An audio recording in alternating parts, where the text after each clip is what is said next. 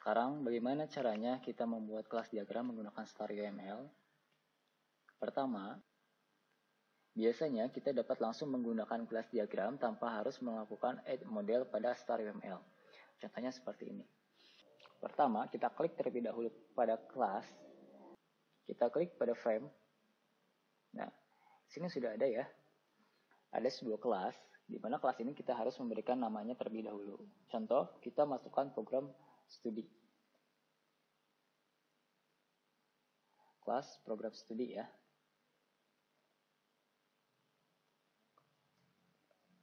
Ingat, untuk penamaan kelas tidak boleh menggunakan spasi, karena nantinya kalau kita menggunakan spasi, itu dikhawatirkan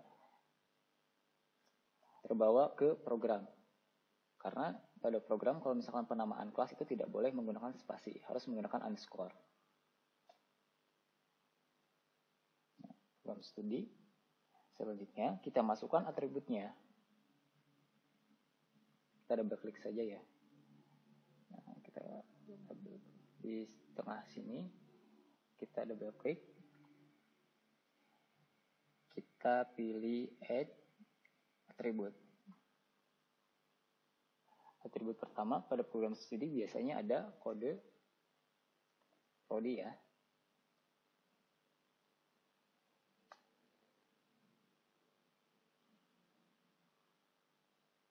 Kita tambah lagi.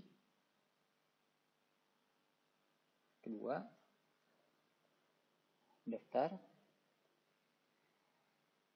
mahasiswa.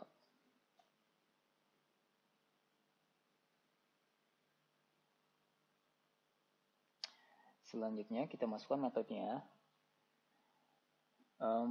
Kita lihat di sini ada tanda plus, itu artinya visibilitasnya public ya.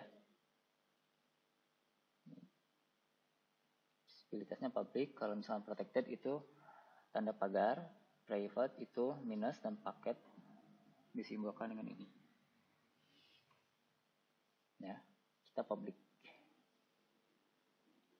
Selanjutnya kita masukkan metode. Nah, add operation ya, atau metode. Kita masukkan apa saja ya biasanya ya. Biasanya pada kelas program studi itu ada misalkan memasukkan atau menginputkan kode prodi, itu operasinya.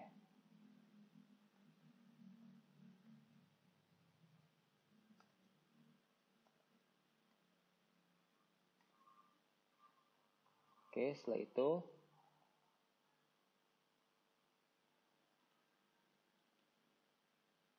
kita tambahkan lagi operasi kedua, yaitu set kode prodi ya.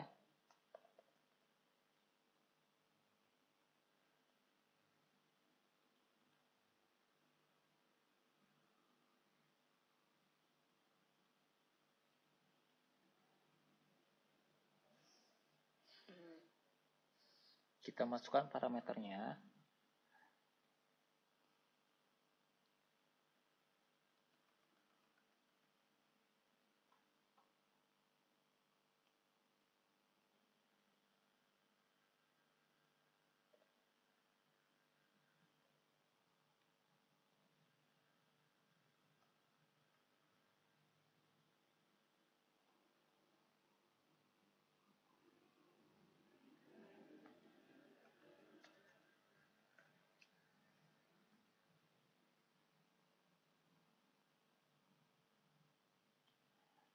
Terus kita masukkan operasi yang ketiga.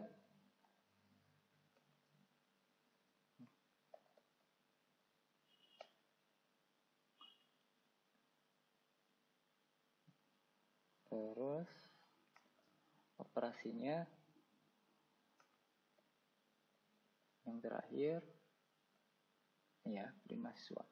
Nah, untuk menentukan operasi itu sebenarnya bebas saja ya, tidak terlalu dipatok seperti ini, tetapi disesuaikan dengan kebutuhan.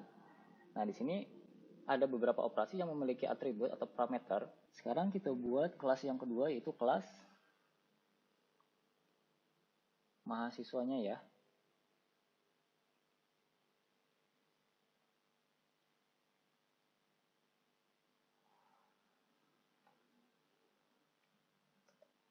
kita masukkan atributnya name, terus nama.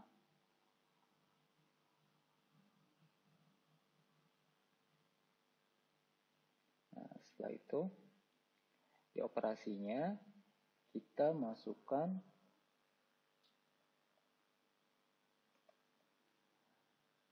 set name,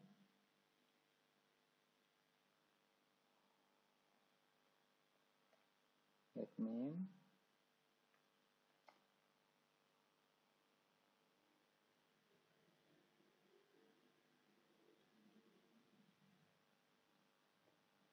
set nama,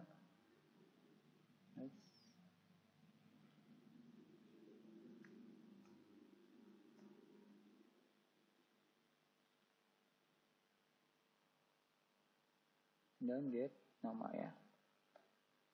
Oke, udah jadi ya. Di sini ada 2 kelas. Nah, sekarang kita masukkan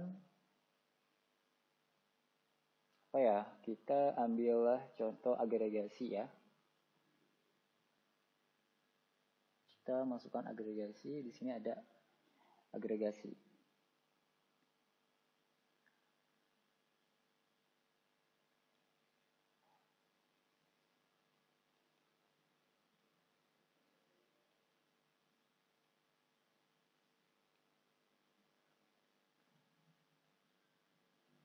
Kita pindahkan saja ke sini ya.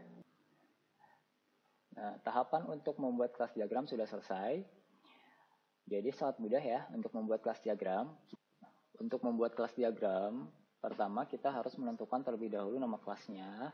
Setelah itu, kita tentukan atributnya. Setelah atribut, kita tentukan operasinya atau metode. Untuk memberikan multiplicity pada kelas, caranya sebagai berikut. Pertama, kita double klik terlebih dahulu pada garis ini. Kolom untuk menginputkan multiplicity. Contoh misalkan, multiplicity dari kedua kelas ini adalah 1 ke banyak. Kenapa? Karena satu prodi dapat mengelola banyak mahasiswa baru. Seperti itu ya. Berarti 1 bintang. Nah, jadi seperti ini. Nah, di sini kalau misalnya mau 2, misalkan ini 1. Tuh. Jadi seperti ini ya. Di sini ada satu contoh kelas diagram. Ya. Pertama, terdapat kelas user, kelas transaksi, kelas barang, dan kelas detail transaksi. Di sini terlihat antara kelas transaksi dan detail transaksi saling terkait dengan menggunakan komposisi. Jika kita hapus detail transaksi, maka akan berpengaruh juga ke dalam data transaksi. Begitu juga sebaliknya. Jika kita hapus data transaksi atau kelas transaksi, maka detail transaksi ini akan juga terhapus atau tidak akan eksis. Kalau misalkan kita masukkan di sini lain agregasi, tidak akan relevan. Misalkan jika kita hapus kelas transaksi, program ini akan tetap bisa bekerja, tetapi perlu diingat jika ada transaksi maka harus ada detail transaksi. Ini tidak akan error, masih tetap berjalan jika ini agregasi. Begitu juga sebaliknya, kalau misalkan transaksi ini kita hapus, maka detail transaksi akan tetap bekerja tetapi tidak akan maksimal atau pincang karena tidak ada transaksi. Tiba-tiba ada detail transaksi tetapi tidak ada transaksi. Sehingga kita harus memasukkan sebuah line yaitu komposisi yang lebih tepat. Karena apa? Karena ini adalah depth relationship. Artinya bahwa transaksi mempengaruhi detail transaksi. Sedangkan user dan barang ini tidak saling berkaitan, artinya dia hanya saling berelasi saja. Jika usernya dihapus, barang tetap ada. Tapi kalau misalkan barang dihapus, user juga tetap ada. Baik teman-teman, untuk penjelasan teori kelas diagram cukup sekian. Kita jumpa lagi minggu depan. Assalamualaikum warahmatullahi wabarakatuh.